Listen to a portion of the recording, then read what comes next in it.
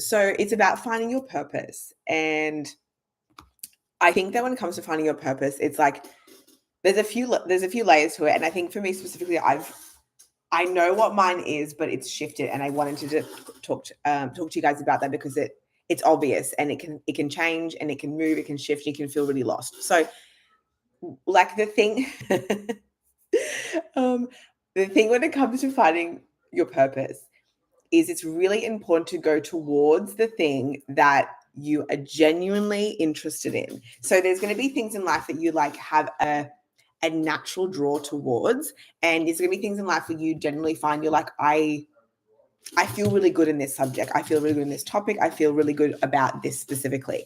And the way that I found out about my purpose more definitively was through astrology. Now, astrology really, really helped me understand what my purpose is and what I can be doing, and also like areas of interest in my life that I really, really liked. So it was like, well, I found this area of my life. I was like, this is something that I enjoy, and this is something that I enjoy. And then you just start to put the puzzle pieces together.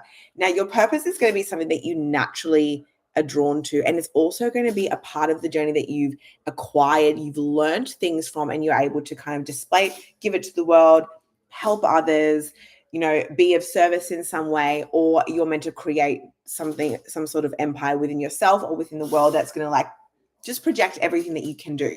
So I think when it comes to finding your purpose, you really need to move with either, there's trusting your intuition, but there's also times where you may not even know what your purpose is. And you're like, I'm floating through life, I don't know what the fuck I'm doing. And we've all felt that way. There was so long where I've just had trial and error of going through multiple jobs or studying multiple things, going to uni and trying things out, and it's just nothing really stuck. Whereas I believe strongly that that's just the kind of the point. And if you notice, you might go from multiple different areas of life, multiple different things of studying, and you've always kind of felt that same way. And that same way will travel and flow with you consistently. So for me specifically, my purpose, my underlying purpose is I'm not here to fit into a box. So everything I've tried, I haven't really enjoyed it because I felt like I've had to mold a certain way. Does that make sense? So you'll find that there's you'll need to find your authenticity in everything that you enjoy and everything that you want to do, but your authenticity will be that underlying little message of we don't like this because of this reason, or we don't want to do this because I don't feel good in it, or we hate boxes. Fitting into a box for some people it really, really works, but it's, your box is a different flavor. Your box has something different inside it. Your box is always going to be spreading a different gift to the world. And that's the beautiful point of it. But I think with purpose, it's, another way of understanding your purpose is understanding everything that you've been through and everything that you've experienced, the good and the bad, and how all of that you've acquired, the education and the understanding towards what you want to do. And I know that some of us are my past is I don't want to get around that. I don't want to look at that. I'm not enjoying the idea of that. But it's what you learned with that, and what can you do with that knowledge, with that information to put into something of actual worth. There's also your talents and things that you naturally enjoy. And some people are naturally really good at creativity, like cooking, or fashion as well. There's also people who are generally really good at things to do with numbers. Think people who have amazing things to do with technology. And there's also things like innovation as well.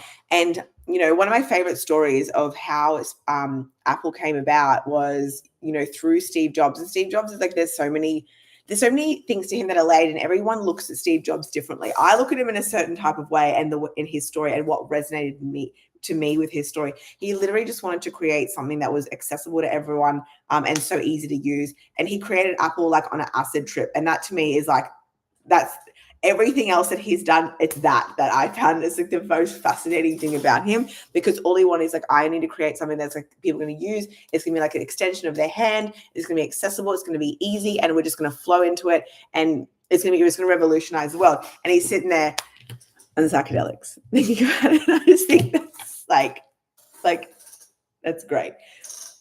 And that's where your gifts can come from. Your gifts can come from absolutely anywhere. It can come from like the idea of, what you could be out on like a night out and you could be having like a random conversation with someone. You're like, oh, look, I've just realized like this is what I really enjoy doing. And I think within that as well, you can also find yourself, the thing that you do the most well is something that you can either teach people or you can help people with too. So I say that along the lines of like, what is something that you're naturally good at or you naturally flow with, or something that comes to you with such ease, and it could be either like dancing, it could be some sort of like therapeutic, practices. It could be, you could be really, really good at caring for people and you can put that into a job. You could have had like a lot of situations in the past where you've needed to care for people and you're like, oh, like this is something that I really enjoy. So finding your purpose is easy enough when you look at the things that you're naturally really good at, the things that you've overcome in this lifetime, or the things that you're really drawn to, or things that you find a lot of interest in. So that's also something that's really important. Now, what do you do when your purpose fizzles away and you're like, I don't know what I'm doing anymore. I'm not connected to what I thought was going to be my job, or I'm not connected no longer to this empire that I created, or this, this business that I just built. I'm just about to tear it down, which is what I've kind of done. Even though I've kept like the skeleton base of my business, I know that like there's something more for me, or there's something more. And I've been toying in the last couple of weeks of like, I'm in limbo, I'm in the waiting room. Like, what am I doing? And I even talk about this in the YouTube video that I just posted about like what's going on. I'm just confused with what's going on. And through, sitting in more silence and also listening into what works with me, taking everything away, stripping back all the layers, looking at like how I can listen to myself differently, is finding that your purpose can be redefined into something else. So what initially was one path and one movement and one way of going, you can like use everything that you've just learned, everything that you've just acquired, and shift it into something else that you're doing. Because there was a time, it was like literally like a month ago, I was like, everything that I've done has gone to waste. Like everything that I've like built and created and done has gone to waste. I was like, this is like, I've spent many, many hours designing and creating and building websites only just to go, I don't want to do this anymore. Like, this isn't like, I'm not vibing with this.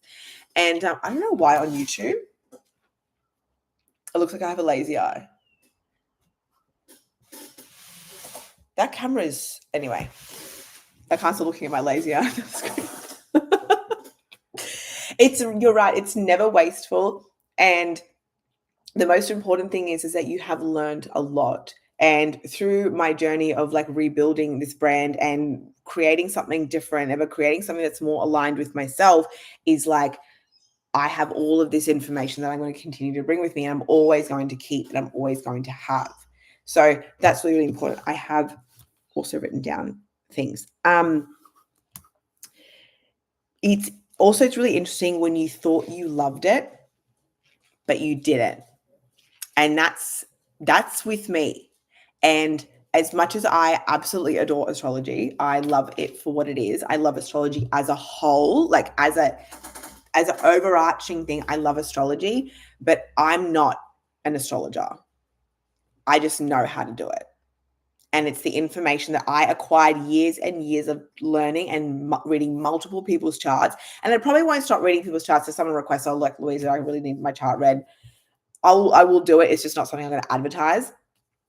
And I've acquired all this information, but I looked at a lot of other astrologers and I was just like, I always had this internal feeling of like, that's actually just not me.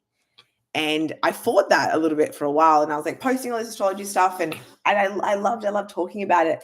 But then it kind of like, I felt as though it can be, I wasn't enjoying the mold of what like astrology was, and I was trying to create something a little bit different, but I also was working in with like the fact that there was an internal system going, oh, like you're not going to be reading charts forever.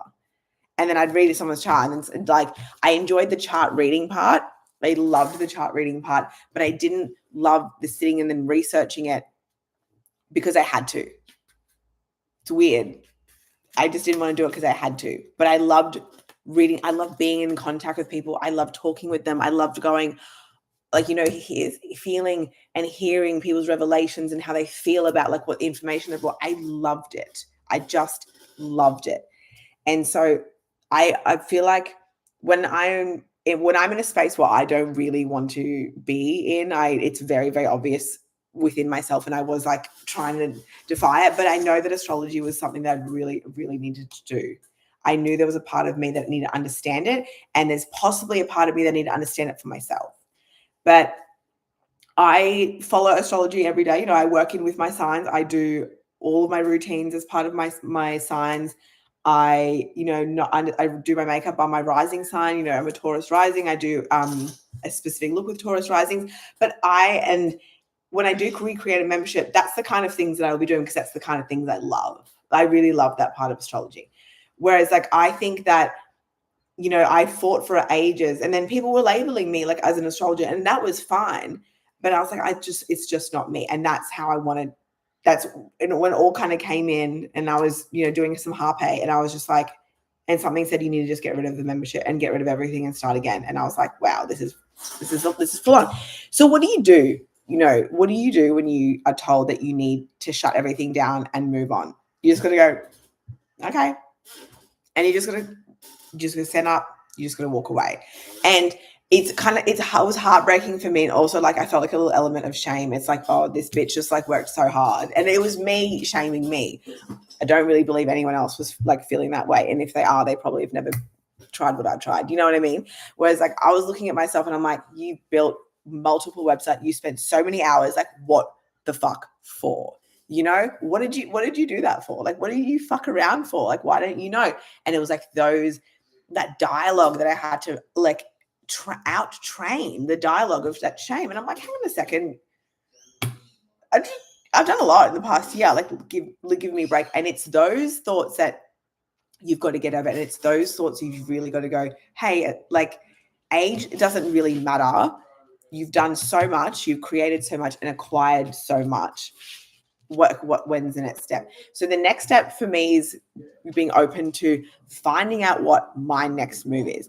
And in my birth chart, when I've read that thing multiple times, it always says something different to me because I'm a different wavelength when I'm reading it. But it's like there's a lot of my chart that acquires to me being of assistance to others.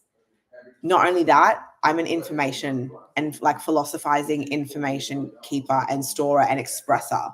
So there's a lot of areas in my chart where me being online, massive one, me understanding, learning, high learnings, high teachings, philosophizing, spirituality, religion, anything that's like a bigger way of learning, I will acquire it and I'll teach it and I'll allow people to understand it. So that moment, that part of astrology that I was doing, that was me acquiring and teaching what I did. And now it's just a revamp. So for you, when you, whatever path you're taking, whatever path you're doing, it's everything that you've acquired, everything that you've learned is only going to jump you to another level of just a different level of awareness because, you are not the same person that you were a year ago. And if you are, and something's pulling you, and the reason why you might be watching this or the reason why you might be going, oh, fuck, like, I really need to make some changes. I need to move forward.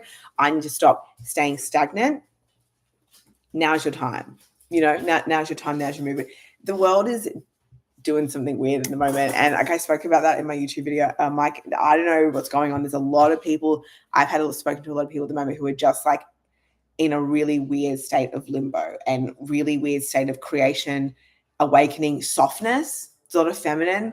I guess like the feminine starting to balance out with the masculine. There's a lot of people online talking about that too. That's something that I've naturally felt and naturally understood. Like there's this really beautiful feeling of like, hey, like let's slow down a little bit. 2025 has just been such a weird year. But I also want to preface the fact that I watched a TikTok video the other day, and this is something that I've known for a while, and I've spoken about this on my stories before, but I really, really wanted to reiterate this to you because this is something that's really happening now, and it's the concept of time. So time is a 3D thing, and it's created by man as well. We live in 3D world. We run on time, blah, blah, blah. It's 5:15 now, and where I am, whatever. Now, if you've noticed, the years, the days, the months, they all fly by really, really quickly, like a blink of an eye. Things that you experience, like things that you've done, just seem like it was a blip, you know? And it can get really uncomfortable. And get really uncomfortable when you're going and you're moving through time and you're like, it's going to be May. It's going to be May in 2 days. It's going to be May in 2 days, which is like almost the middle point of the year. And you think like, what the fuck is going on? Where are we? What are we doing? What's happening? And time is speeding up massively. Time is speeding up. We don't have 24 hours in a day anymore. We have like around 18, probably less. That is why time feels like it's going so fast, but we're not really aging. Like, you know, a lot of my friends and I, like, I've looked at us from years. I'm like, we haven't really aged at all, but time is collapsing. So I went on my chat GPT. I was like, what's going on with time right now? I'm like, tell me. And she mentioned that because the collective consciousness is awakening, we're moving to a higher realm. Higher realms don't have a concept of time. They just don't. Everything's just here and now. And it's so hard to wrap our heads around that because we're human at this point. But the notion of time is collapsing, so everything can be one, because in a high consciousness, there's no such thing as time. So everything is just going to be like blip now. And the now that you are living in, like this now is the only now that's ever going to exist eventually, which is really, really cool. Really kind of weird, really, really scary. Things that keep you up at night. If this keeps you up at night, I'm very sorry about that. Very sorry about that, but it's real. Concept time is out. It's just, listen, you have time, but also there is going to be an opportunity. If you don't jump on opportunities, then you will just cruise through life. And if you feel called to do something, but you just never do it, you may have to come back and do it again. Maybe it was part of your life journey to just like kind of wait around till something happens, you know, for you, or give you a definitive answer. But if you have a burning desire, a burning inner call to move towards something that you really want to do, if you know, fear is only like an older part of you, an old story that's not real. What's the worst that's going to happen if you jump in to do what you want to do? What is the worst that's going to happen that when you jump towards something that you're meant to do and that you feel really good about doing? Because you never really know when you continue to jump into something that you like doing and follow the little yellow brick road, and that moves you into something that you never thought you'd be in, but like, hey, I'm here. It'll be like, hey, I know why I got here, because you look back and be like, oh, I took all these steps and now I understand why I'm here. And that's a really, really beautiful part. And that's something that you'll be able to cherish and that you'll be able to move towards in life. But let me see if there's anything else I need to talk about.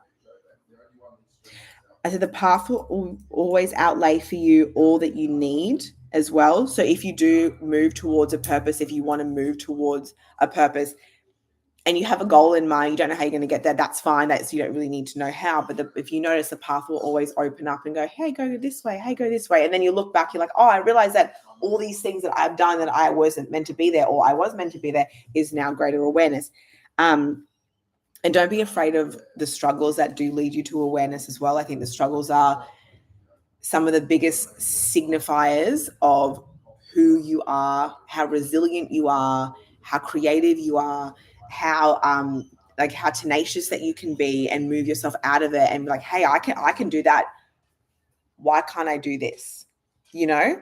And if you think about yourself and how you've gotten out of some really insane situations, or you've been able to really think quick on your feet about how you got out of like something that's like either life-threatening or really intense, or you've been able to get yourself out of that, why can't you get yourself towards your purpose? You know. But if anyone's have any questions, let me know who's watching. Gigi, you're watching. Do you have any questions for me, girl? Before I go to the spa?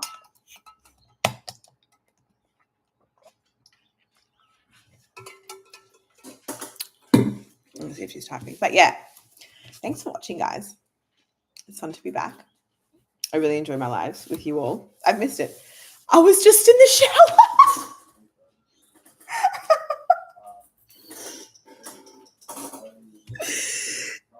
Deeply thinking life. Oh my God.